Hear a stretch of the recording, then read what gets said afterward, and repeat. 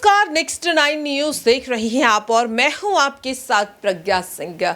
राजस्थान के मुख्यमंत्री अशोक गहलोत अब अपनी कुर्सी को बचाने का हर संभव प्रयास करते हुए नजर आ रही हैं, क्योंकि बीते कुछ समय में जिस तरह से अशोक गहलोत को काफी ज्यादा आलोचनाओं का सामना करना पड़ा। कई ऐसे मुद्दे राजस्थान में देखने को मिले, कई ऐसी घटनाएं सामने आई जिसके चलते न केवल जनता या फिर विपक्ष बल्कि उनकी अपनी ही पार्टी के नेता भी उन पर सवालिया निशान खड़े करते हुए नजर आए।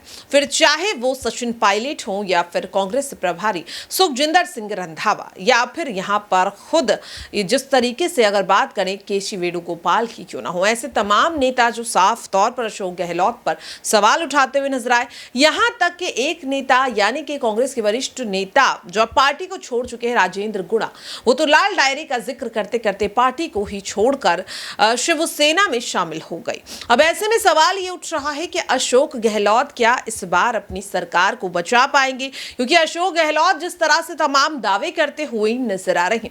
बता दें कि मुख्यमंत्री अशोक गहलोत इस वक्त 2 दिवसीय दौरे पर हैं कोटा के, और इस दौरान वो कई योजनाओं का शिलान्यास करते हुए नजर आ रहे हैं, जनता को कई बड़ी सौगातें देते हुए नजर आ रहे हैं। तो यहां पर उन्होंने देश के प्रधानमंत्री नरेंद्र मोदी पर भी बड़ा निशाना साध दिया है।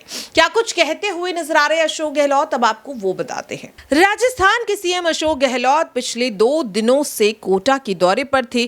कोटा के प्रस्तावित एयरपोर्ट को लेकर सीएम अशोक गहलोत ने आरोप लगाए हैं कि केंद्र सरकार इसमें अनावश्यक रोड़े अटका रही है। बता दें, सीएम अशोक गहलोत ने कोटा के ग्रीनफील्ड एयरपोर्ट की भूमि का निरीक्षण किया और अशोक गहलोत ने कहा, ओवरब्रिज अंडरब्रिज खूब बने हैं, सड़कें चौड़ी हो गई हैं, टूरिस्ट अभी कोटा में आते नहीं हैं, वे जयपुर, भरतपुर और मारवाड़ की तरफ निकल जाते हैं। सिर्फ एक कमी एयरपोर्ट बची है जिसकी वजह से टूरिस्ट यहां नहीं आते।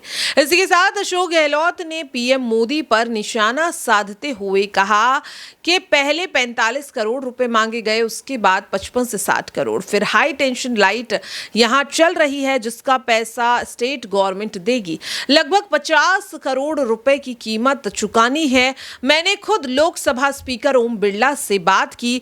लोकसभा स्पीकर ओम बिरला को लगता होगा या अन्य केंद्र के नेताओं को लगता होगा कि इसका श्रेय राजस्थान सरकार को आखिरकार क्यों दे। राहुल गांधी जी जब कोटा आए थे तब उन्होंने वादा किया था कि हमारी सरकार जब आएगी तब कोटा में एयरपोर्ट बनाएंगे। ये घोषणा उन्होंने की थी, शायद इसलिए उनके पेट में दर्द हो रहा है, इसलिए एयरपोर्ट का काम आगे बढ़ाने के लिए वो सहयोग नहीं दे रही। मैंने ओम बिरला जी से भी बात की, लेकिन 55 करोड़ 60 करोड़ की होती रही बात, जबकि भारत सरकार समुद्र की तरह है। 50 से 60 करोड़ रुपए क्या मायने रखते हैं। ओम बिरला स्पीकर हैं, उन्हें कोई मंत्री मना नहीं कर सकता, लेकिन फिर भी उनकी तरफ से मदद नहीं दी गई। मुझे दुख होता है कि आखिरकार ये काम को क्यों नहीं आगे बढ़ने दे रहे हैं।